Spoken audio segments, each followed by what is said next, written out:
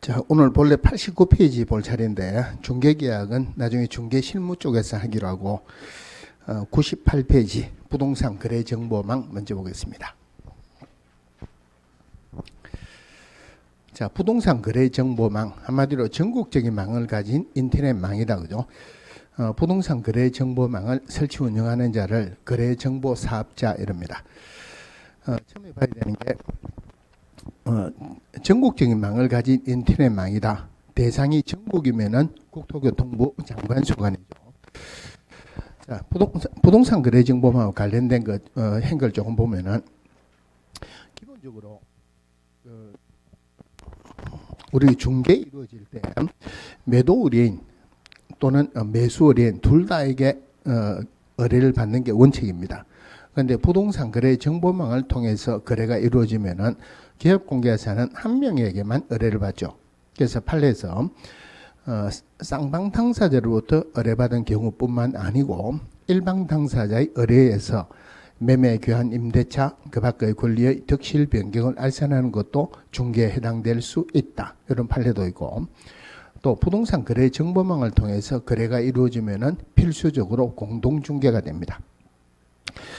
또 부칙 6조 2항에는 계획공개사, 즉 중개인이죠. 자, 중개인의 업무지역은 사무소 소재지 시도죠. 그런데 중개인이 부동산 거래 정보망에 가입하고 이를 이용해서 중개업무를 하는 경우에는 그 부동산 거래 정보망에 공개되어 있는 이 말이에요. 관할구역, 즉 시도를 벗어나서 관할구역 외의 것도 중개할 수 있다. 즉 부동산 거래 정보망에 공개된 것은 전국으로 할 수 있다 이 말이에요. 그런데 모든 중개 대상물이 부동산 거래 정보망에 공개되어야 되는 것은 아니죠, 그죠? 그럼 공개 안 된 것은 시도밖에 못 하겠죠. 그럼 결론은 중개인이 부동산 거래 정보망에 가입한다고 해서 업무 지역이 전국으로 확대되는 것은 아니다. 자, 또 하나 중요한 부분이 있는데 이 부동산 거래 정보망 현실적으로 공개사 협회에서 설치 운영하고 있습니다. 그럼 협회에서 이 부동산 거래 정보망을 설치 운영하고 있다, 운영할 수 있다는 규정이 있어야 되겠죠. 그래서 협회의 고유 업무에 보면은 부동산 정보 제공에 관한 업무 여기 나왔어요. 부동산 정보 제공에 관한 업무라는 게 부동산 거래 정보망을 설치 운영한다 이 말이에요. 이 부분하고 같이 보셔야 되는 게 우리 법인인 기업공개사가 겸업할 수 있는 업무에 기업공개사를 대상으로 중개업에 관한 경영기법이나 경영정보 제공, 자, 기업공개사를 대상으로 경영기법이나 경영정보 제공할 수 있지 부동산 정보 제공에 관한 업무를 할 수 있는 것은 아니다. 다른 말로 법인인 기업공개사는 부동산 거래 정보망 설치 운영할 수 없다는 말이에요. 일단 확인을 한번 하고 갈게요. 법인인 기업공개사는 부동산 거래 정보망을 설치 운영할 수 없다는 말은 법인은 거래 정보 사업자로 지정받을 수 있다 없다? 법인은 지정받을 수 있다. 아까 협회는 법인으로 하거든요. 협회가 설치 운영하고 있다. 지정받았죠. 그죠? 법인은 지정받을 수 있습니다. 물론 개인도 요건에 해당하면은 지정받을 수 있는데 법인인 기업공개사는 지정받을 수 없다. 그렇죠. 자, 부동산 거래 정보망에는 기업공개사만 가입할 수 있습니다. 기업공개사만 가입할 수 있다. 그럼 이건 어떻게 보느냐면은 여러분들 앱에 보면은 직방 이런 거 혹시 들어보셨어요? 다방 이런 거 들어봤습니까? 직방, 다방 이런 거 들어보셨죠? 그죠? 한방 하는 건 혹시 들어보셨어요? 한방은 조금 들어본 사람 별로 없을 거예요. 한방이 뭐냐면은 공인중개사 협회에서 운영하고 있는 부동산 거래 정보망 요 이름을 한방이라고 합니다. 그러면은 한방은 오로지 기업공개사만 가입할 수 있다. 여러분들은 가입할 수가 없죠. 가입할 수 없으니까 이거는 잘 못 들어봤을 거예요. 자, 부동산 거래 정보망 오로지 기업공개사만 가입할 수 있어요. 부동산 거래 정보망 전국적인 망을 가진 인터넷망이다. 대상이 전국이면 국토교통부 장관 소관이죠. 그래서 국토교통부 장관이 거래정보 사업자를 지정할 수 있다. 물론 이렇게 틀리게 나올 가능성은 사실은 별로 없는데 어떤 질문이 나왔냐면은 기업공개사 되기 위해서 등록관청으로부터 인가받아야 한다. 맞습니까? 틀립니까? 인가받는 게 아니고 등록을 해야 되죠. 그렇게 틀린 게 나온 적이 있었어요. 다음에 공인중개사 협회할 때 협회는 허가주의를 택한다라고 틀리게 나온 적도 있었습니다. 협회 설립할 때는 국장에게 인가받아야 되죠. 그죠? 그럼 그거하고 관련된 게 나온다면은 요거 하나 있어요. 거래정보사업자 국장에게 신고하는 것도 허가받는 것도 아니고 인가받는 것도 아니다. 지정받는다. 그래서 국토교통부 장관이 거래정보사업자를 지정할 수 있다. 자, 지정 요건으로서는 기본적으로 부가통신사업자로 신고가 돼야 돼요. 그런데 통신하는 것은 국토교통부 장관 소관은 아니다. 그죠? 그 정도만 보시면 돼요. 자, 부가통신사업자로 신고되고 국토교통부령으로 정하는 일정 요건을 갖춰야 되는데 첫 번째, 오로지 기업공개사만 가입할 수 있다고 그랬죠. 그래서 가입한 기업공개사 총수가 500명 이상, 그 중에서 2개 이상의 시도에서 각각 30명 이상입니다. 물론 숫자도 중요합니다. 500명 이상, 그리고 2개 이상의 시도에서 각각 30명 이상 공인중개사가 가입용 신청을 해야 된다 하면은 맞다 틀렸다. 오로지 누구만 가입할 수 있다? 기업공개사만 가입할 수 있다. 그죠? 그 다음에 자격을 보유해야 돼요. 공인중개사 1명 이상, 정보처리기사 1명 이상. 원래는 각각 2명 이상이었는데 오래전에 바뀌었습니다. 각각 1명 이상인데 여기도 조심해야 되는 게 자격은 공인중개사가 자격이지 기업공개사가 자격은 아닙니다. 그래서 기업공개사 1명 이상 이러면 안 되죠. 공인중개사, 기업공개사 이래도 안 되죠. 그죠? 공인중개사 1명 이상, 정보처리기사 1명 이상. 물론 인터넷으로 하는 거니까 대용량의 컴퓨터가 있어야 된다. 법에서 표현하기로 가입한 기업공개사가 이용하는데 지장이 없을 정도의 국토교통부 장관이 성능이나 용량을 인정할 수 있는 컴퓨터에 관한 서류가 들어간다. 그럼 그 컴퓨터는 한마디로 기업공개사가 쓰는 컴퓨터입니까? 거래정보 사업자가 쓰는 컴퓨터입니까? 거래정보 사업자가 쓰는 컴퓨터죠. 거래정보 사업자가 보유하고 있는 메인 컴퓨터입니다. 그런데 여기에 가입한 기업공개사가 이용하는 데 지장이 없을 정도의 법엔 요래되어 있으니까 틀리게 기업공개사가 쓰는 컴퓨터라고 틀리게 한 2-3번 나온 적이 있었어요. 자, 그러면은 지정 신청을 합니다. 물론 국토교통부 장관에게 지정 신청을 하겠죠. 자, 지정 신청할 때 오로지 기업공개사만 가입할 수 있다. 그런데 부동산 거래 정보망 할 때는 먼저 생각해야 되는 게 중개 의뢰인은 얼씬거리지도 마라 하는 걸 먼저 생각하셔야 돼요. 중개 의뢰인하고 일반인하고 부동산 거래 정보망은 아무 상관이 없어요. 그러면은 지정 신청을 할 때 지정 요건에 갖추었다는 서류가 들어갑니다. 그럼 가입용 신청서 사본이 들어가겠죠.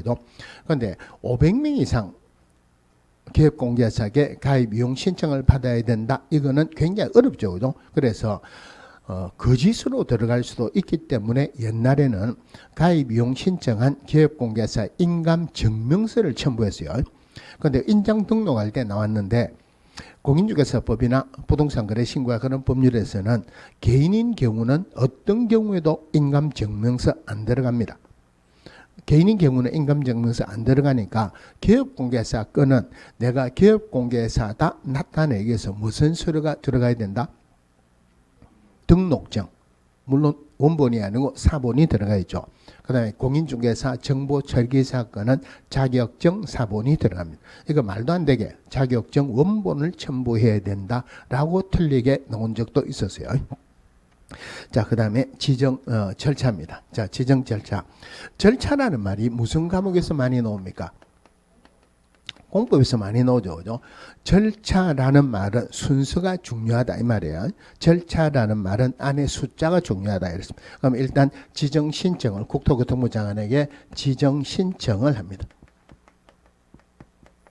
저는 굉장히 수업할 때 지금 답답하지만 지금 이 정도로 하면 진행하면 되겠습니까? 자, 지정 신청을 하면은 일단 요건에 해당하면은 일단 지정서를 교부합니다. 자, 지정서 교부한다. 지정서 교부 받으면은 이제 거래정보 사업자 됐어요. 지정서 교부 받고 그 다음에 운영 규정을 승인받는다. 물론 국장에게 운영 규정을 승인받는다. 그 다음에 설치 운영한다 이랬습니다. 자, 순서가 중요한데 시험에서는 순서하고 관련된 것은 틀리게 딱 한 번 나왔어요. 어떻게 나왔는가 한번 보세요.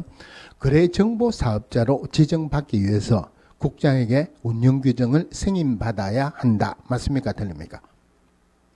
지정받고 운영규정을 승인받지 지정받기 위해서 운영규정을 승인받아야 된다. 순서가 잘못되죠. 그죠? 자, 그렇게 틀리게 한번 나왔고 숫자는 틀리게 많이 나왔어요. 지정서 교부하는 것 30일 이내입니다. 자, 지정서 교부 받은 날로부터 운영규정 승인받는 게 3개월 이내죠. 그러니까 30일, 3개월 비슷하죠. 그죠? 요거 두 개 틀리게 자주 나왔어요. 그 다음에 설치 운영하는 것 1년입니다. 자, 1년 요거 틀리게 6개월이라고 틀리게 두 번인가 세 번인가 나왔고 또 어떻게 나냐면은 운영규정 승인 받은 날로부터 1년 이내 설치 운영해야 된다. 잘못되죠. 그죠? 지정서 교부 받은 날로부터 1년 이내 설치 운영해야 됩니다. 자, 거래정보 사업자 등의 의무를 보면은 자, 거래정보 사업자가 있어요. 거래정보 사업자 위로는 국토교통부 장관이 있다. 밑으로는 기업공개사가 있습니다. 그러면은 자, 거래정보 사업자는 밑에 있는 기업공개사에 더 잘해라는 의미로 위반하면은 1년에 1천이다. 벌이 큽니다.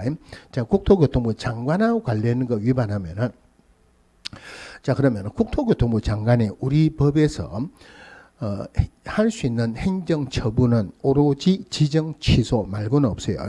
자, 지정 취소 별도로 넣을 거고 자, 국토교통부 장관이 뭐를 해라고 했어요. 그거 안 하면은 형벌 줄 수 있습니까? 없습니까? 형벌은 원래 법에서 규정된 법을 위반해야지 형벌을 줄 수 있죠. 그럼 국토교통부 장관이 해라. 그거 안 했다. 이 법을 위반한 건 아닙니다. 그러니까 형벌 줄 수 없죠. 그죠? 그러면 행정처분은 나중에 별도로 나오고 남아있는 것은 과태료밖에 없어요. 장관이 주는 과태료다 하면은 기본적으로 얼마 이하다? 500만 원 이하의 과태료입니다. 자, 500만 원 이하의 과태료. 자, 여기서 지정서 교부 받으면은 거래정보 사업자 됐죠. 3개월 이내 국장에게 운영규정을 승인받아라 그랬어요. 3개월 이내 국장에게 운영규정을 승인 안 받았다.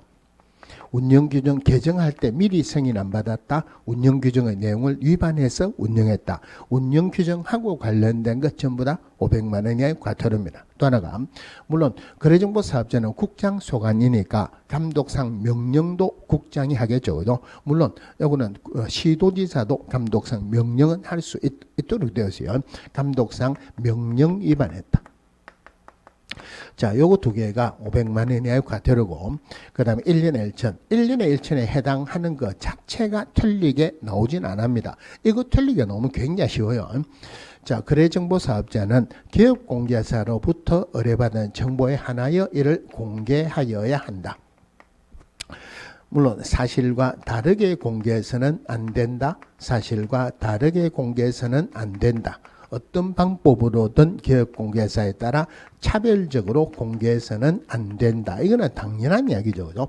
이거 틀리게 나오는 것은 쉽습니다. 그런데 여기서 특별히 조심해야 되는 게 부동산 거래 정보망 할 때는 중개 의뢰인은 얼씬거리지도 마라 그랬죠. 그래서 여기에 기업공개사 대신에 중개 의뢰인 들어가면은 문제가 어려워져요. 중개 의뢰인으로부터 의뢰받은 정보에 한해서 공개해야 된다. 이러면 틀리죠. 그죠? 기업공개사로부터 의뢰받은 정보에 한해서 공개해야 된다. 그러면은 거래정보 사업자는 중개 의뢰인을 위해서 거래정보 사업자가 직접 수집한 정보 공개하면 된다 안 된다? 안 되죠. 그죠? 기업공개사로부터 의뢰받은 정보에 한해서 공개해라. 그래서 이 부분에는 의뢰인 들어가면 안 된다. 그죠? 또 하나가 기업공개사 의무 중에서 이거 기업공개사가 또 위반하는 게 당연한 게 거짓 공개해서는 안 된다. 또 하나가 거래가 완성되면은 거래가 완성되었다. 거래계약이 체결되었다. 이 말이에요. 그럼 이럴 때는 지체 없이 거래정보 사업자에게 통보하여야 한다. 거래정보 사업자에게 통보하여야 한다. 물론 여기에서도 중개 의뢰인에게 통보하여야 한다. 아니라는 거 조심하셔야 돼요. 그러면은 거래가 완성되었다. 거래 계약이 체결됐죠. 그죠? 그러면은 부동산 거래 정보망에 공개된 정보는 살아있는 정보입니까? 필요 없이 죽은 정보입니까? 거래 계약이 체결되었어요. 거래 계약이 정보를 공개했는데 예를 들어서 내가 얼마에 팔겠다고 정보 공개해 놨어요. 그런데 누가 연락하고 계약이 체결됐습니다. 그럼 공개된 정보는 죽은 정보죠. 빼내야 되죠. 그죠? 거래 정보 사업자에 통보해 가지고 빼내라 이 말이에요. 자, 요거 위반하면은 우리 업무 정지에 미니할 때 요거예요. 통보해야 된다. 미통보 거짓 공개. 업무 정지입니다. 그 중에서 거짓 공개는 물론 두 개다가 6개월 이하의 업무 정지 중에서 거짓 공개는 6개월짜리예요. 미통보는 3개월짜리입니다. 자, 그 다음에 지정을 국장이 했기 때문에 지정 취소도 당연히 국토교통부 장관이 할 수 있겠죠. 그죠? 자, 지정 취소 국토교통부 장관이 하는데 취소라는 행정 처분을 할 때는 청문해야 되죠. 청문이라는 게 변명의 기회를 주는 거예요. 그런데 사망하거나 법인 해산으로 취소할 때는 청문 안 합니다. 자, 근데 중요한 것은 우리 등록 취소는 등록을 취소하여야 한다 하는 규정도 있고 등록을 취소할 수 있다는 규정도 있죠. 그죠? 자격 취소는 자격을 취소하여야 한답니까? 할 수 있답니까? 자격은 무조건 취소하여야 한다. 지정은 취소할 수 있다. 여기서 핵심은 어떤 경우를 하더라도 지정을 취소하여야 한다. 이런 말이 나오면 무조건 틀렸어요. 그래서 지정 취소에서는 핵심이 두 개입니다. 예를 들어서 거짓이나 부정한 방법으로 지정받았다. 개인이 사망하거나 법인이 해산하는 등 계속적인 운영이 불가능하다고 인정될 때도 지정을 취소하여야 한다. 틀렸어요. 그것도 지정을 취소할 수 있답니다. 자, 나머지는 내용이 많은데 굳이 외우지 말고, 자, 지정서 교부 받으면은 거래정보사업자 됐다 그랬죠. 거래정보사업자 되고 난 뒤에 하나라도 위반하면은 전부 다가 지정을 취소할 수 있다. 3개월 이내 운영규정 승인 안 받았다. 1년 이내 설치 운영 안 했다. 운영규정을 위반해서 운영했다. 기획공개사로부터 의뢰받은 정보에 한해서 공개되는데 요거 위반했다. 사실과 다르게 공개했다. 기획공개사에 따라 차별적으로 공개했다. 전부 다가 지정을 취소할 수 있다는데 감독상 명령 위반은 지정을 취소할 수 있다는 사유에 안 들어갑니다. 그러니까 여기는 핵심이 두 개라 그랬죠. 취소하여야 한다. 무조건 틀렸죠. 무조건 틀렸다. 나머지는 전부 다가 지정을 취소할 수 있는데 그 중에서 감독상 명령 위반은 지정을 취소할 수 있는 사이에 안 들어갑니다. 자, 이 부분에 보면은 우리 공인중개사법의 원칙에 어긋나는 게 하나가 있어요. 뭐가 어긋나는 게 하면은 행정처분을 주죠. 그죠? 행정처분은 행정관청에서 줍니다. 형벌. 징역이나 벌금을 형벌이라고 형벌은 판사가 법정에서 주죠. 그 다음에 행정질서법 과태료가 있어요. 과태료도 행정관청에서 줍니다. 그러면은 형벌의 대상이든 아니든 법에 해당하는 거 위반하면은 무조건 행정처분이나 과태료 줍니다. 무조건 행정처분이나 과태료 주는데 행정처분하고 과태료는 절대 같이 못 줍니다. 그러니까 원칙은 뭐냐면은 행정처분 받을래 과태료 받을래 이게 원칙이에요. 행정처분 받을래 과태료 받을래 하는 말은 행정처분하고 과태료 같이 준다는 말입니까? 같이 못 준다는 말입니까? 같이 못 준다는 말이에요. 그럼 예를 들어서 휴업신고 위반했어요. 휴업신고 위반하면은 100만 원 이하의 과태료죠. 100만 원 이하의 과태료에 해당한다는 말은 업무 정지에 해당한다 안 한다? 해당하지 않는다는 말이에요. 행정처분하고 형벌은 같이 못 줍니다. 그런데 여기서 보면은 자, 운영규정을 위반했다. 운영규정을 위반했다. 500만 원 이하의 과태료 맞죠? 운영규정을 위반해도 지정을 취소할 수 있다. 맞죠? 그죠? 네, 요거는 법에서 요거 딱 하나입니다. 중요한 건 절대 아니에요. 운영규정을 위반하면은 500만 원 이하의 과태료에 해당하고 행정처분의 대상도 된다. 이거는 특별하게 외워야 된다 하는 그런 내용은 아닙니다. 이걸 왜 이렇게 줄 수밖에 없느냐 하면은 원래 500만 원 이하의 과태료인데 지정을 취소하여야 한다 말고 지정을 취소할 수 있다 위반하면 전부 다 지정을 취소할 수 있다 넣으라 이 말이에요. 근데 요거는 뺐습니다. 그러니까 그래 하다 보니까 결론적으로 운영규정을 위반하면은 500만 원 이하의 과태료에 해당하고 지정을 취소할 수 있다도 같이 들어갔어요. 이건 법의 맹점이에요. 잘못 만드는 겁니다. 그러니까 이거는 중요한 건 아닙니다. 또 하나 봐야 되는 게 지금까지 이 질문은 한 번도 안 나왔는데 우리 등록 신청하면은 등록증 내주죠. 그러면 그 다음에 시험 응시하면은 원서 내주죠. 다른 말로 하면 도장값 내야 되죠. 지방자치단체의 조례에 따른 수수료 냅니다. 그런데 지정 신청하면은 지정서 내주겠죠. 그런데 이거는 수수료 내는 규정은 없습니다. 자, 또 하나가 등록 취소되면은 등록 취소된 날부터 7일 이내 등록증을 등록관청에게 반납해야 되죠. 자격 취소되면은 자격 취소된 날부터 7일 이내 자격증을 교부한 시도회사에게 반납해야 됩니다. 그런데 지정 취소는 지정 취소되었다 하더라도 반납하는 규정은 없습니다. 자, 이거 가지고 98페이지부터 보는데 한 페이지 넘어가서 3번 보겠습니다.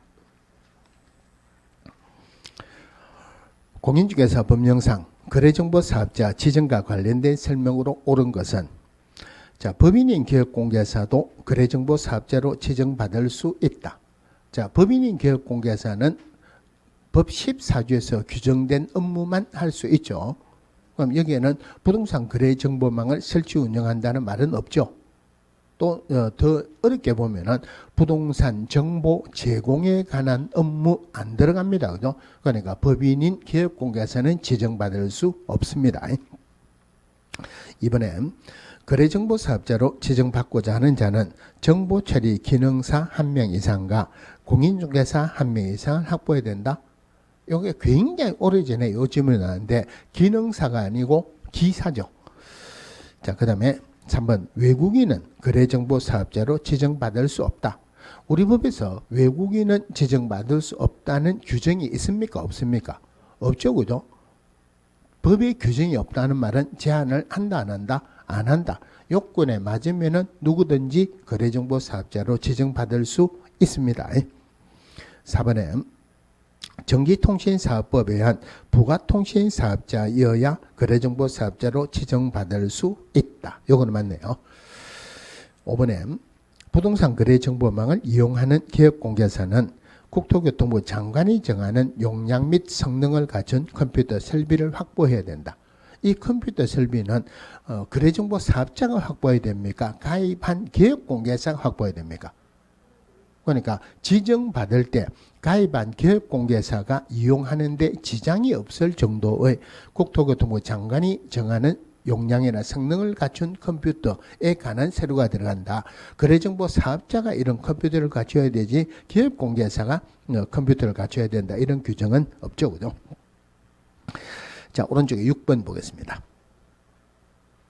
공인중개사 법령상 거래정보사업자 지정 절차와 관련된 설명으로 틀린 것은 운영규정에는 부동산 거래정보망의 등록 절차 및 자료 제공, 이용 방법에 관한 사항, 회비 등에 관한 사항이 포함되어야 된다. 운영규정에 뭐가 들어가야 된다. 법에는 나와 있는데 한 번도 지문에 나온 적은 없습니다. 중요하지 않기 때문에 회비에 관한 사항, 그리고 거래정보사업자와 기업공개사의 권리 의무에 관한 사항 이런 게 들어가야 됩니다.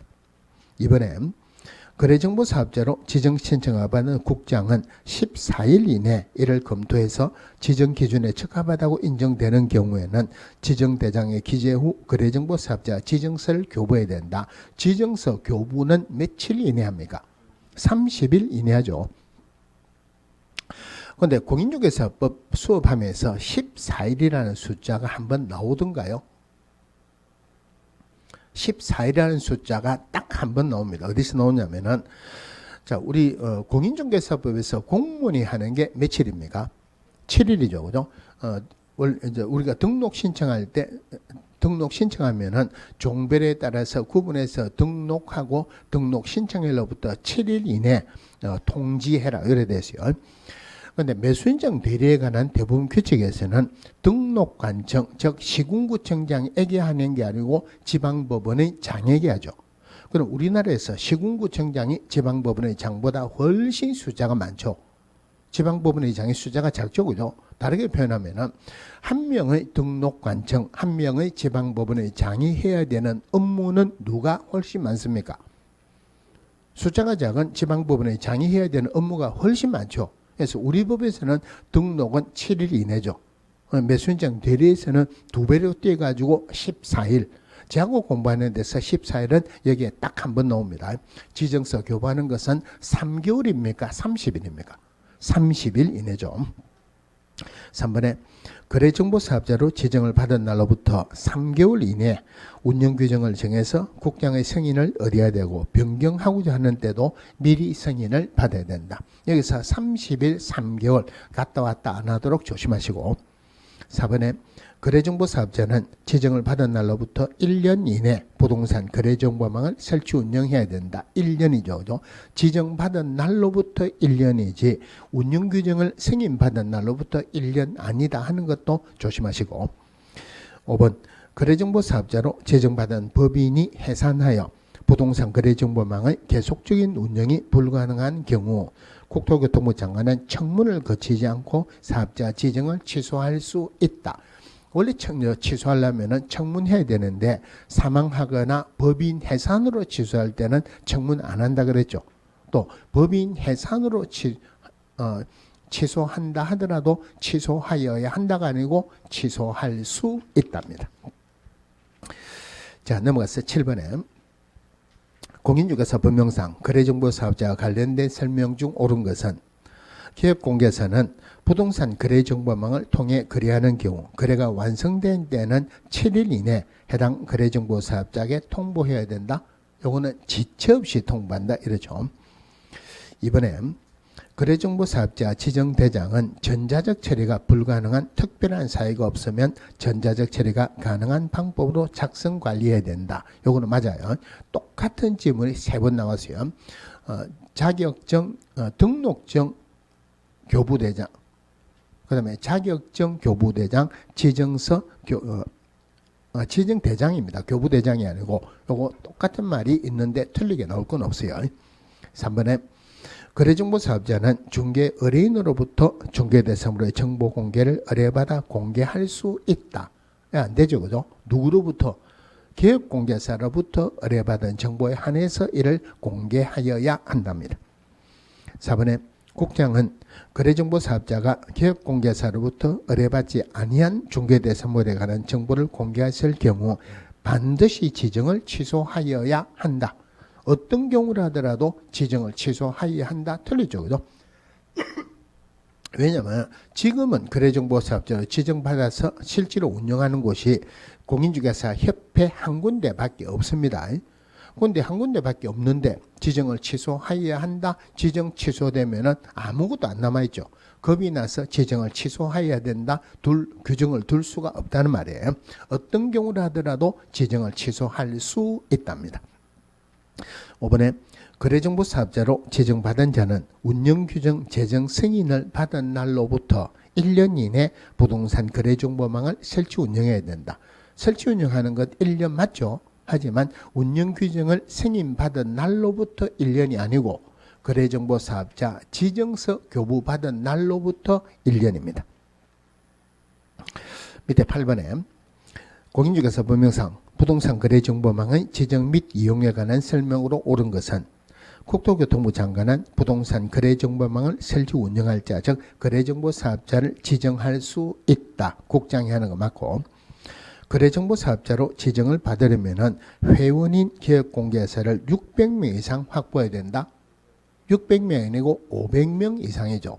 요거 나중에 협회 할 때 다시 한번 정리를 해드리겠는데 요 숫자는 자칫 잘못하면은 헷갈립니다. 거래정보사업자 지정받을 때 전국적으로 몇 명 이상? 500명 이상. 2개 이상의 시도에서 각각 30명 이상. 그 다음에 협회에서 발기인총회, 발기인 세자니까 몇 명 이상? 300명. 창립총회에서 600명.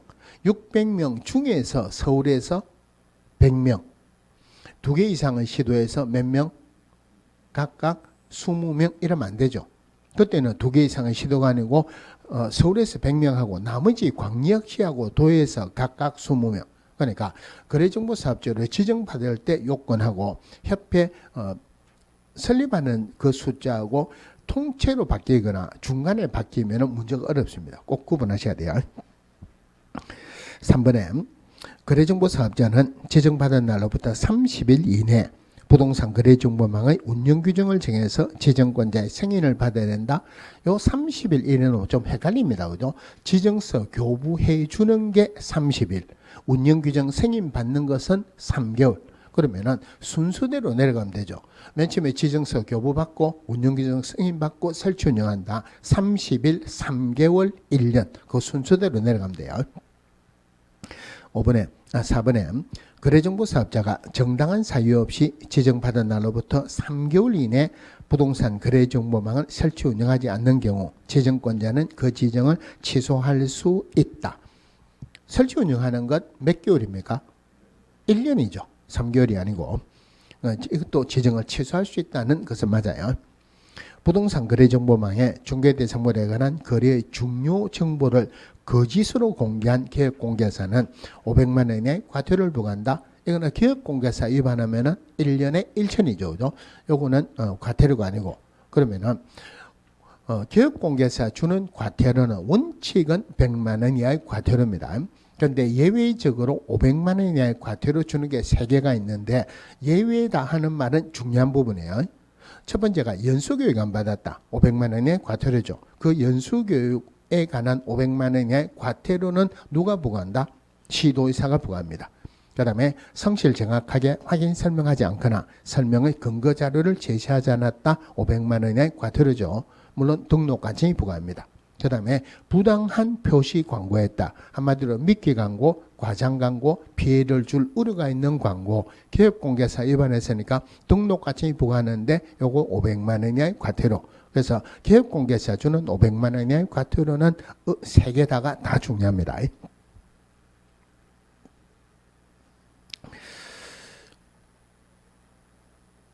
자, 밑에 9번 하나만 더 봅시다. 공인중개사 법령상 거래정보사업자 등에 대한 제재의 설명으로 옳은 것은 기업공개사가 부동산 거래정보망에 중개 대상물에 관한 정보를 거짓으로 공개하거나 거래 사실을 통보하지 않은 경우 500만 원의 과태료가 부과된다. 거래정보사업자가 위반하면은 500만 원의 과태료지만은 요거 기업공개사 위반하면은 거짓 공개했다. 그 다음에 통보 안 했다. 미니할 때 미통보 거짓 공개 6개월 이하의 업무 정지죠. 그죠? 그 중에서 거짓 공개는 6개월짜리입니다. 이번에 거래정보사업자가 운영규정에 위반해서 부동산 거래정보망을 운영하는 경우에는 지정 취소뿐만 아니라 500만 원 이하의 과태료 처분의 대상이 된다. 그런데 다른 질문을 보면은 이거를 답으로 해야 되는데 이거는 지정을 취소할 수 있다죠. 그죠? 지정을 취소할 수 있는 사유뿐만이 아니고 500만 원의 과태료 부과 대상도 된다. 이러면은 더 정확한 질문일 거예요. 이 부분은 운영규정을 위반해서 운영하면은 행정처분의 대상, 지정 취소 사유도 해당하고 과태료에도 해당합니다. 3번에 거래정보사업자가 정당한 사유 없이 지정을 받은 날로부터 1년 이내 부동산 거래정보망을 설치 운영하지 않는 경우 지정을 취소하여야 한다. 무조건 틀리죠. 취소해야 된다는 규정이 없죠. 거래정보사업자가 기업공개사로부터 의뢰받지 아니한 정보를 공개하거나 의뢰받은 내용과 다르게 정보를 공개한 때 또는 정보를 기업공개사에 따라 차별적으로 공개한 데는 3년 이하의 징역 또는 3천만 원 이하의 벌금에 처한다. 밑에 기업공개사와 관련되는 것 3년에 3천이 아니고 1년에 1천이죠. 거래정보사업자가 국토교통부 장관의 업무에 대한 보고 등 감독상 명령에 위반한 경우에는 지정이 취소될 수 있다. 하나라도 위반하면 전부 다가 지정 취소할 수 있는 사유에 해당하는데 감독상 명령 위반은 지정 취소 사유가 안 들어갑니다. 요거는 500만 원의 과태료예요. 그러니까 놓은 김에 이거 한번 보세요. 거래정보 사업자나 협회가 감독상 명령 위반하면은 500만 원의 과태료입니다. 기업공개사가 감독상 명령 위반하면은 업무 정지입니다. 원래가 업무 정지입니다. 원래가 업무 정지를 줘야 되는데 거래정보 사업자나 협회에게 업무 정지 줄 수 없죠. 그래서 과태료 주는 거예요. 그런데 거래정보 사업자나 협회에게 주는 과태료는 500만 원 이하밖에 없죠. 그죠? 그래서 기업공개사가 감독상 명령 위반하면은 6개월 이하의 업무 정지. 거래정보 사업자나 협회가 감독상 명령 위반하면은 500만 원 이하의 과태료 이렇습니다. 자, 한 장 넘어가서 기업공개사 등의 의무. 기본적인 윤리 의무 문제가 나올 건 없어요. 하나만 보면은 자, 기업공개사와 소속공개사는 전문 직업인으로서 품위를 유지하고 신의 성질로서 공정 중개할 의무가 있다. 그런데 여기는 중개 보조는 안 들어갑니다. 또 하나 선량한 관리자로서의 주의 의무. 요거는 기업공개사의 의무입니다. 그러면 기업공개사는 선량한 관리자로서의 주의 의무가 있다. 맞죠? 그죠? 그런데 이런 부분들은 문제가 이렇게 나오지는 않겠지만 문제가 나오지는 않겠지만은 지금 여러분들 올해 문제가 어렵게 나온다고 봐야 됩니까? 쉽게 나온다고 봐야 됩니까? 어렵게 나온다고 봐야 되죠. 그죠? 왜냐면은 한쪽에서는 지금 중개업하고 관련된 부분에서 지금 배출된 사람이 너무 많다. 그래서 국토교통부에 상대평가로 하자. 굉장히 압력입니다. 그런데 국토교통부에서는 상대평가로 함부로 하기로는 어렵습니다. 왜냐하면 지금 공부를 하는 사람의 입장도 있죠. 그러니까 뭐라고 이야기를 하느냐면은 상대평가하는 내용이나 문제를 조금 어렵게 내고 배출을 작게 시키거나 결론은 똑같다. 그런 쪽으로 한다고 공식적인 입장입니다. 문제가 어렵게 나온다는 것은 당연하죠. 그런데 문제를 어렵게 낸다. 너무 어렵게 내면은 반발이 심하죠.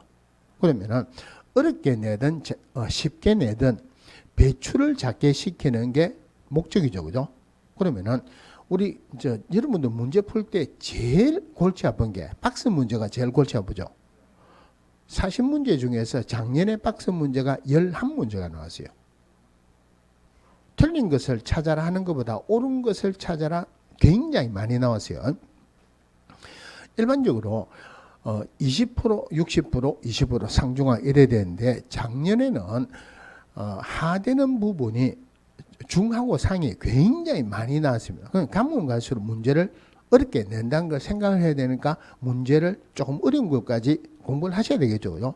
그런데 모의고사층 일반적으로 나오면은 너무 쉬운 문제 이런 것들은 그냥 문제를 안 풀으셔도 되죠. 조금 연습을 하고 들어가야 돼요. 자, 기업공개사는 선량한 관리자로서의 주의 의무가 있다. 자, 우리 법에서 자, 아까 말씀드렸는데 형벌의 대상이든 아니든 우리 법에서 해라는 것 안 했다, 하지 말라는 거 했다, 무조건 행정처분이나 과태료 두 개 중에 하나는 줍니다. 그러면은 자, 고용신고는 업무 개시 전까지 고용신고해야 되죠. 고용관계 종료 신고는 고용관계 종료 10일 이내 신고해야 되죠. 그러면은 자, 고용신고나 고용관계 종료 신고를 했다 하는 말은 고용인이 하나 새로 생겼든지 없어졌든지 사람이 늘었든지 줄었든지 그러면은 다음 달 10일까지 협회에 통보해야 되는 거 맞다. 그죠? 그래서 협회 통보하는 사항에 행휴 2등분 고 이래 들어갑니다. 그런데 행정처분 과태료 여기에 고 있습니까 없습니까? 고 있습니까 없습니까 하는 말이 누가 하는 말이 100만 원 이하의 과태료에 문등표 회계사 보자고 이거 아닌가요? 그런 거 없습니다. 그죠? 회계사 보자 끝나죠. 그죠? 여기는 아무리 봐도 없습니다. 그러면 고용신고 안 했다 벌 준다는 말입니까? 안 준다는 말입니까? 벌을 줘야 돼요. 그런데 여기 없으면은 행정처분 중에서 업무 정지에 기타 명령 위반이라 하고 6개월 이하의 업무 정지 중에서 1개월짜리 업무 정지에 해당합니다. 자, 그러면은 기업공개사는 선량한 관리자로서의 주의 의무가 있다 그랬죠. 그러면 선량한 관리자로서의 주의 의무를 위반하면은 1개월짜리 업무 정지에 해당한다. 맞습니까? 틀립니까? 이거는 아닙니다. 무슨 말이냐면은 아까 우리 법에서 해라는 것 중에서 별도로 규정되어 있지 않는 것은 기타 명령 위반으로 들어가는데, 이 선량한 관리자로서의 주의 의무는 법에서 규정된 게 아니고 판례에서 나왔어요. 판례에서 나온 것까지 위반했다 벌 주라는 규정은 없습니다. 그러니까 선량한 관리자로서의 주의 의무를 위반했다 업무 정지에 해당하지 않습니다. 자, 그 다음에 비밀 준수 의무 대상자는 기업공개사 등이에요. 자, 기업공개사 등은 업무상 치등한 비밀을 우리 법이나 다른 법에 특별한 규정이 있는 경우를 제외하고는 함부로 누설해서는 안 된다. 그 직을 떠난 후까지 또한 같다. 언제까지? 죽을 때까지. 요거 지문에 함부로 누설해서는 안 된다. 다만 그 직을 떠난 후에는 그러하지 아니하다라고 나온 적도 있었어요. 자, 비밀 준수 의무를 위반했다. 행정처분, 형벌, 과태료 할 때 첫 글자 뭐로 할까요? 비 하면 되죠. 그죠? 그 비가 어디에서 나오느냐 하면은 형벌에서 1년에 1천에 임시 정보 공개를 이중으로 세번하면은 비급의 대표명이다. 1년에 1천이에요. 1년에 1천입니다. 그럼 행정처분하고 과태료 줍니까? 안 줍니까? 형벌의 대상이든 아니든 상관없이 행정처분하고 과태료는 무조건 준다 그랬어요. 그러면은 여기에 비 아무것도 없습니다. 그러니까 비밀 준수 의무를 위반하면은 기타 명령 위반으로서 1개월짜리 업무 정지에 해당합니다. 그럼 결론은 비밀 준수 의무를 위반하면은 1년 이하의 징역 또는 1천만 원 이하의 벌금 받고 1개월짜리 업무 정지에도 해당하고 이래 되겠죠. 자, 106페이지에 3번 보겠습니다. 공인중개사 법령상 비밀 준수 의무와 관련된 설명 중 틀린 것은, 물론 제가 아까 하나 빠졌는데 우리 공인중개사법에서 딱 하나 비밀 준수 의무만 반의사 불벌죄에 해당한다. 피해자의 명시된 의사에 반하여 벌하지 못한다. 원래 1년에 1천인데 벌 주지 마라 하면은 벌을 줄 수 없다 이 말이죠. 자, 1번에 기업공개사 는 이 법 및 다른 법률에 특별한 규정이 있는 경우를 제외하고는 그 업무상 알게 된 비밀을 누설해서는 안 된다. 맞고, 기업공개사 폐업을 한 경우에는 업무상 알게 된 비밀을 지킬 의무가 없다. 틀리죠, 그죠? 죽을 때까지예요. 그 직을 떠난 후까지 또한 같다. 3번 비밀 준수 의무는 소속 공개사, 중개보조원, 중개법인의 임원 사원도 준수해야 될 의무다. 대상은 기업공개사 등이에요. 기업공개사가 의뢰인의 비밀을 누설한 경우라도 피해자의 명시한 불처벌의 의사표시에 반하여 처벌할 수 없다. 처벌하지 마라 그러면 처벌할 수 없다. 반의사 불벌죄에 해당합니다. 비밀 준수 의무를 위반한 자에 대해서는 1년 이하의 징역 또는 1천만 원 이하의 벌금에 처한다. 1년에 1천 할 때 비밀 준수 의무 위반했다. 요거 자주 나옵니다. 자, 그다음 오른쪽에 확인 설명 의무, 확인 설명서 작성하는 의무도 법령 끝나고 난 뒤에 중개 실무 부분에서 하기로 하고, 124페이지 손해배상 책임 및 보정제도 124페이지 정리를 좀 하고 갈게요. 기업공개사가 중개 행위를 함에 있어서 고의나 과실로 의뢰인의 재산상 손실을 발생시켰다. 당연히 기업공개사가 손해배상 책임이 있죠. 그럼 이 부분에서 고용인의 업무상 행위는 그를 고용한 기업공개사 행위로 본다. 고용인이 잘못해서 의뢰인의 재산상 손해가 발생했다. 기업공개사 물어주죠. 그럼 이 두 개를 한꺼번에 보면은 기업공개사 등의 업무상 행위는 기업공개사 등이 중개 행위를 함에 있어서 고의나 과실로 의뢰인의 재산상 손해가 발생했다. 기업공개사가 손해배상 책임이 있다. 이래 되겠죠. 그래서 법에서는 맨 앞에 기업공개사가 되어 있지만 의미적으로는 기업공개사 등이라고 생각하셔야 돼요. 그럼 여기서 핵심은 딱 하나입니다. 기업공개사에게, 물론 기업공개사란 말은 등이라는 의미예요. 기업공개사에게 고의나 과실이 없이 어린의 재산상 손해가 발생했다. 기업공개사는 손해배상 책임이 있다 없다? 없다, 그죠? 오늘 계약 체결한다고 계약금 가지고 가세요. 계약금 가지고 오다가 의뢰인이 소매치기 당했다. 기업공개사에게 고의나 과실이 없죠. 이거 물어줘야 된다. 안 물어줘도 된다. 이거는 물어주는 것은 아니다 이 말이에요. 자, 두 번째가 중개사무소를 다른 사람의 중개인이 장소로 제공함으로써 의뢰인의 재산상 손해가 발생했다. 기업공개사가 손해배상 책임이 있다. 이거는 문제가 나오는 것은 손해배상 책임이 있다 없다 이거 말고는 나올 건 없어요. 중개사무소를 다른 사람의 중개인이 장소로 제공함으로써 의뢰인의 재산상 손해가 발생했다. 기업공개사 손해배상 책임이 있다 그러죠.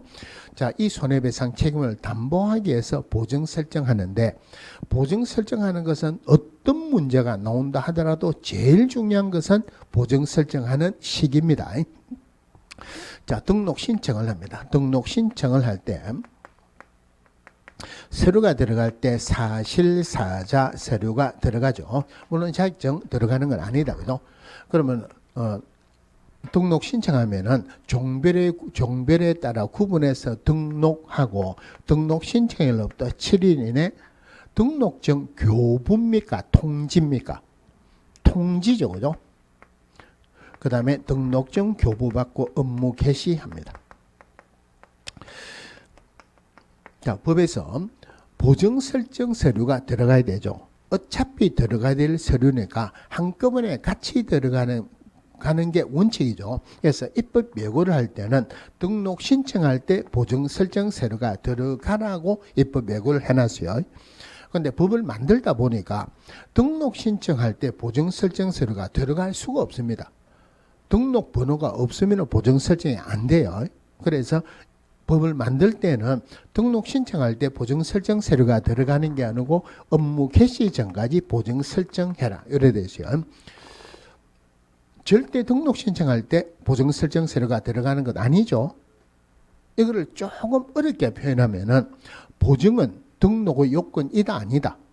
보증은 등록의 요건은 아니다. 그죠? 요거를 조금 더 어렵게 표현할게요. 자, 법인인 기업공개사 되기 위해서 얼마 이상의 보증 설정해야 된다? 2억 원 이상 보증 설정해야 된다. 절대 그러면 안 됩니다. 기업공개사 되기 위해서 등록을 해야 되죠. 그러면은 등록하기 위해서 보증 설정해야 된다. 이런 결론입니다. 이럴 때는 숫자가 나오면은 더 어렵습니다.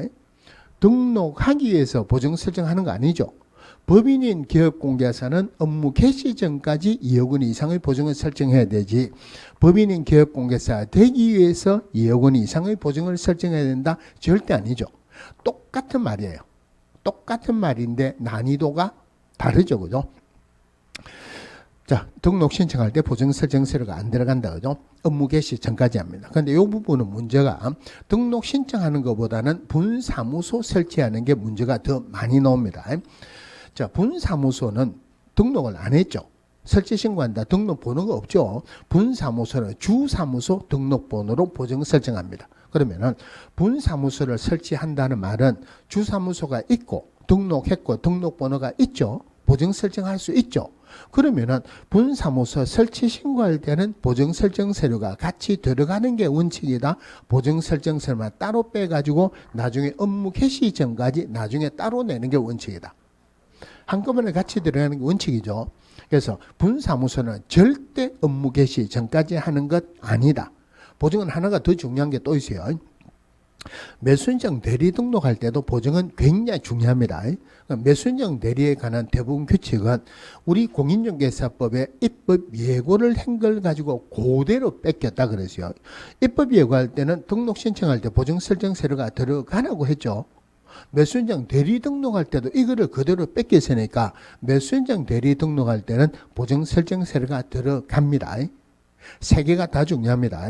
그러면은 보증은 중개사무소 개설 등록의 요건은 아니죠. 보증은 매수인정 대리 등록의 요건에는 해당합니다. 이 세 개 지문 중에 하나 이상은 반드시 나옵니다.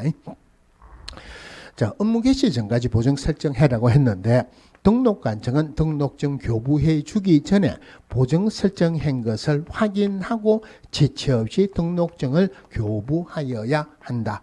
이 질문은 종종 나옵니다. 아직 틀리게 나온 적은 없었어요. 이 내용을 아느냐 모르느냐 이런 의미예요. 업무 개시는 기업공개사가 하죠. 기업공개사는 자기가 하는 업무 개시 전까지 자기가 보증 설정해야 된다. 교부는 공무원이 해야죠. 공무원은 자기가 교부해 주기 전에 자기가 보증 설정한 것을 확인하고 교부해 줘야 돼. 자기 입장에서 적어놓은 거예요.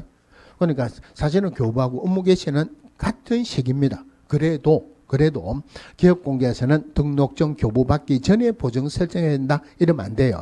법에 나와 있는 그대로 업무 개시 전까지 보증 설정해야 된다.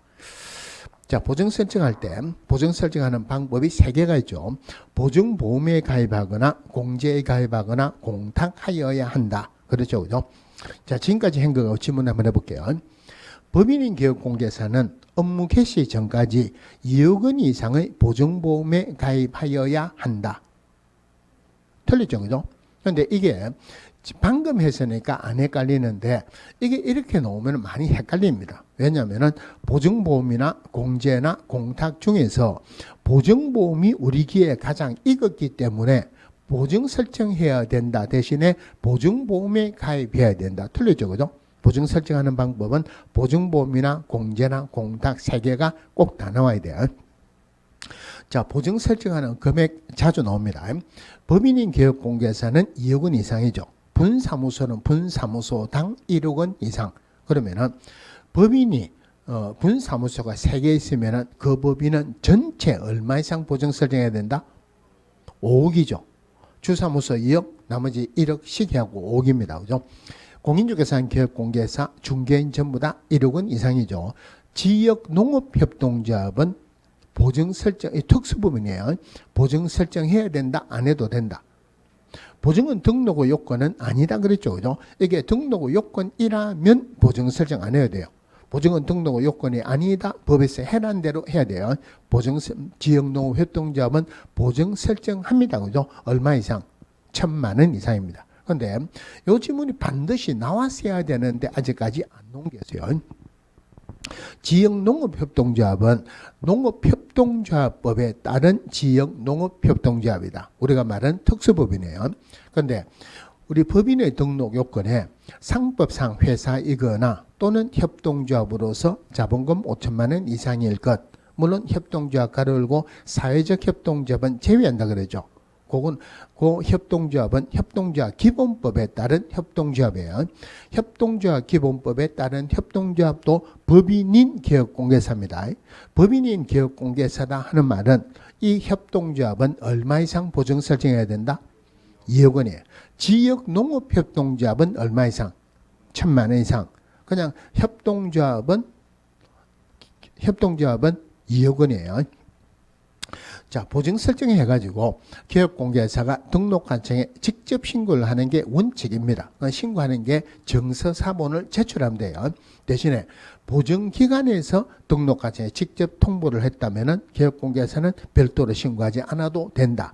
일반적으로 등록할 때 제일 처음에 보증 설정하는 것은 보증기관에서 등록관청에 직접 통보를 합니다. 일반적으로. 기업공개사에 별도로 신고하지 않아도 된다. 그죠?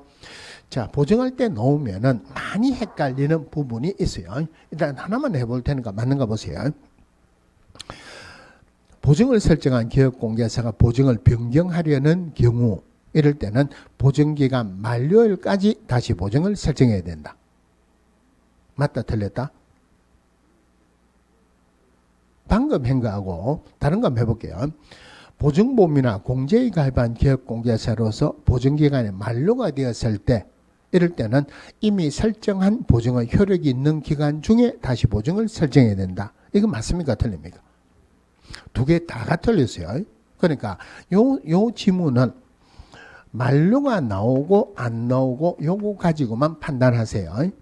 그러면은 이게 틀리게 나올 수 있는 유형이 두 개입니다. 만료가 되었을 때 만료일로부터 며칠 이내 또는 즉시 또는 지체 없이 이런 말이 있으면 안 되죠. 그죠? 자, 고래에 나오면 쉽습니다. 만료가 나오면은 만료라는 말이 나와야 돼요. 만료가 안 나오면은 만료라는 말이 나오면 안 됩니다. 보증보험이나 공제에 가입한 기업공개사로서 보증기간에 만료가 되었을 때는 만료일까지 다시 보증을 설정한다. 보증을 설정한 기업공개사가 보증을 변경하려는 경우 만료가 없죠. 만료가 나오면 안 되죠. 이미 설정한 보증의 효력이 있는 기간 중에 다시 보증을 설정해야 한다. 문제를 푸는 방법이 앞에 만료가 나와야 뒤에 만료가 나온다. 이거만 이렇게 하는 게 공부하기가 제일 쉬워요. 자, 거래계약서 교부할 때 중개가 완성되었다. 교부하는 서류가 3개가 있죠. 거래계약서, 확인설명서, 보증설정서류 4번을 교부합니다. 자, 보증설정서류 4번을 교부하는데 그냥 교부하는 게 아니고 어떤 사항을 설명해라 그랬어요. 어떤 사항을 설명하느냐? 보증기관 및 그 소재지, 보장금액, 보장기간 설명하면서 보증설정서류 4번을 교부하거나 전자문서로 제공해야 된다. 한 20년 전에 보장 종목을 설명해야 된다라고 틀리게 나온 적도 있어요. 그렇게 나오진 않을 거예요. 그러면은 교부하지 않거나 설명 안 하면은 100만 원 이하의 과태료죠. 문둥표 회계사 보호자 100만 원 이하의 과태료. 이거 할 때 반드시 같이 보세요. 보증 설정 안 하고 중개업을 하면은 등록을 취소할 수 있답니다. 이거 종종 나옵니다. 그럼 등록을 취소할 수 있다. 상대 취소가 위호기가 제일 어렵죠. 상대 취소 위호기가 제일 어려우면 버려버리세요. 대신에 상대 취소 중에서 꼭 나오는 것은 기억을 하세요. 상대 취소 등록을 취소할 수 있다. 무조건 나오는 게 있습니다. 첫 번째 금지행위. 금지행위는 등록을 취소할 수 있다에 무조건 나옵니다. 자, 두 번째가 이중등록, 이중소속은 절대취소, 이중사무소, 상대취소 꼭 나오죠. 그죠? 이중사무소. 자, 이동이 용이한 임시중개시설물, 이중사무소에서 나왔죠. 이동이 용이한 임시중개시설물도 상대취소에 해당합니다. 그 다음에 박스 문제로 나올 때 좀 자주 나오는 게 등록 기준이 미달됐다. 등록 기준이 미달됐다. 이것도 조금 종종 나오는 거고, 지문에 자주 나오는 것, 이거는 틀림없이 나온다고 봐야 돼요. 우리 공인중개사 법령에서 중개시설의 끝이 거래계약서 작성하는 거예요. 거래계약서와 관련된 게 문제가 안 나올 수는 없는데 낼 게 별로 없습니다. 그래서 거래계약서에 거래 금액 등 거래 내용을 거짓으로 기재하거나 서로 다른 2개 이상의 거래계약서를 작성했다. 요거 상대 취소 자주 나와요. 그 다음에 보증 설정 안 하고 중개업했다. 보증 설정 안 하고 중개업했다. 요것도 자주 나옵니다. 그래서 등록을 취소할 수 있다. 다 외우기 싫으면은 이것만이라도 별도로 받으세요. 자, 그 다음에 공탁한 공탁금, 사망하거나 폐업한 날로부터 공탁금 세자니까 몇 년 이내는 회수할 수 없다. 3년 이내는 회수할 수 없다. 기업공개사 물어줘야 되는 금액은 의뢰인의 손해액 전액을 다 물어줘야 됩니까? 보증 설정 금액 한도 내에서만 물어주면 됩니까? 전액을 다 물어줘야 되죠. 대신에 보증 기간에서는 보증 설정 금액 한도 내에서만 물어주겠죠. 그럼 의뢰인이 보증기관에 손해배상 청구를 할 때 기업공개사가 잘못했다는 명확한 서류가 들어가야 돼요. 그 명확한 서류에서 의뢰인하고 기업공개사 간의 손해배상 합의서 아니면 판결문 또는 이에 준하는 서류가 들어가지 보증 설정 서류가 첨부되어야 되는 것은 아니다. 그 정도는 보시면 되고, 그 다음에 보증기관에서 손해배상 했습니다. 보증기관에서 손해배상 하면은 보증이 없어집니다. 다시 보증 설정해야 되죠. 며칠 이내? 15일 이내. 요 15일이 문제가 나오면은 주로 틀리게 나왔어요. 공인중개사법에서 굉장히 중요한 소재예요.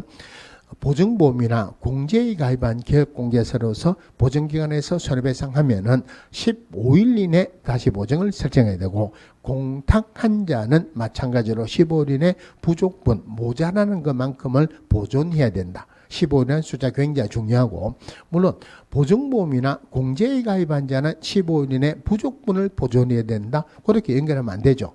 다시 보증을 설정해야 되고, 공탁한 자는 15일 이내 부족분을 보존하여야 한다. 보증 설정하는 게 내용은 좀 많습니다만 한 문제 이래 놓습니다. 그래서 124페이지 보셔야 되는데 너무 길면 지겹죠. 그죠? 조금 쉬다가 보겠습니다.